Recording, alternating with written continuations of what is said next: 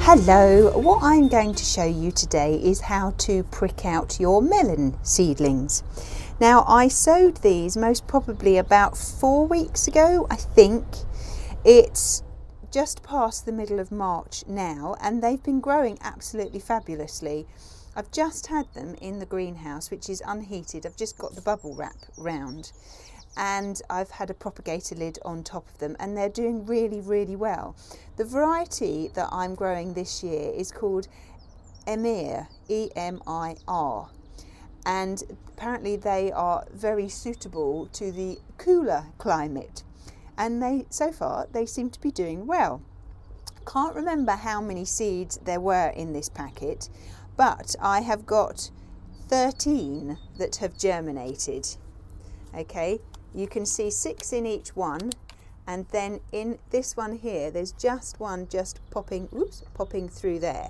So these guys are actually about the right size to now prick out. If you want to wait for them to get a little bit bigger, if you're a little bit nervous about pricking out tiny seedlings, then just wait an extra few weeks and wait maybe until their first set of true leaves come along. But if you're brave and you want to, then they are ready to prick out now. They're very easy to prick out. All I'm going to do is I'm going to prick them out individually and put them in one of these little square pots. If you don't have square pots like this, then a 3-inch round little pot will be absolutely fine. So let me show you how I'm going to prick out my melons. So I've got my little square pot here. All I've done is I filled it to the top with some multi-purpose compost. Just give it a gentle tap down like that. Now, to get these seedlings out, you just have to be a little bit careful.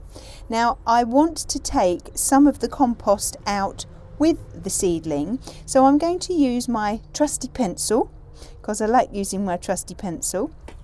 And what I'm going to do is I will just select a seedling. So I'll select this one here, and I will just take the seedling out. I'll put the pencil in about 1/2 inch away from the seedling. Just push it in at an angle, and you want to push it as far down as you can, and then just gently lift it out. You want to bring some of the compost with the seedling as well. Now, make sure you don't touch the seedling stem, because if you damage it, then the plant won't grow. The best thing to do is to either hold it by a leaf, or because you're taking quite a lot of compost out with it, I would suggest very carefully getting hold of the compost instead. So I'm going to have to use my left hand, and unfortunately you might not be able to see what I'm doing, so I'll do it quite quickly. Okay, so just try and grab the compost just like that. Okay, now before I put it in its new little pot, we'll just have a look at the seedling, which you can see hopefully just there. I've got a nice amount of compost that I've brought out with it, and hopefully down the bottom here you can see that we've got some lovely roots growing. So we need to make a nice hole. It's always best, because we've got quite a lot of compost here, I'm going to use my fingers just to make a nice hole in the compost. Okay, and then I will very carefully, holding the compost, drop the seedling into the hole that I've made. Now make sure that you push it down well. You want to have the stem underneath the compost and then the leaves above, just like that. So once you put it in, then just gently and carefully push it down and fill in any gaps. So there's one done. I will carry on and do the rest, and when I have finished them I will show you. Well, here they are. I've done them all. I've got 3 tiny little seedlings here which have just started to germinate. 2 of them were hiding underneath the compost. They hadn't actually come through yet, but I've very carefully taken those out and I've put all 3 of them in one pot. Whether they'll survive, I don't know, but the other 12 are doing absolutely fabulously. If these 3 in this little pot do take off and they do really well and they need their own individual pots, then I will just separate them out.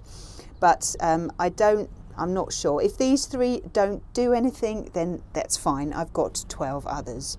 So all I'm going to do now is I'm going to give them a lovely water. Make sure that you water them initially with tap water. Once they've started to get settled in their new pot, then you can start watering from the bottom so that the compost will will draw up the water, and it will encourage the roots to move down into the pot and fill up the pot. And when you start to water from the bottom, then you can use water from a butt or water that you've stored somewhere. But just for the first couple of weeks at least, I'm just going to water from the top so that they will just get settled. So these will stay in the greenhouse. In fact, they're going to spend their entire life in the greenhouse. So I may well, if the evening temperature or the nighttime temperature is going to be really cold, which for this week I don't think it's supposed to be, then I would still put a propagator lid on top of them. But once they get established, then they won't need any protection over the top of a propagator lid. They'll be quite happy in the greenhouse. Well, I will keep you updated on their progress. Also, if you're growing more than one variety of melon, make sure that you label them so that you know which ones are which. But I'm only growing one this year. So I will show you all the little things that I do with these when I transplant them into bigger pots, and hopefully in the summer I'll be harvesting a lovely pair of melons. Well, I hope you found that useful, and I had to say that. I look forward to seeing you soon. Bye-bye.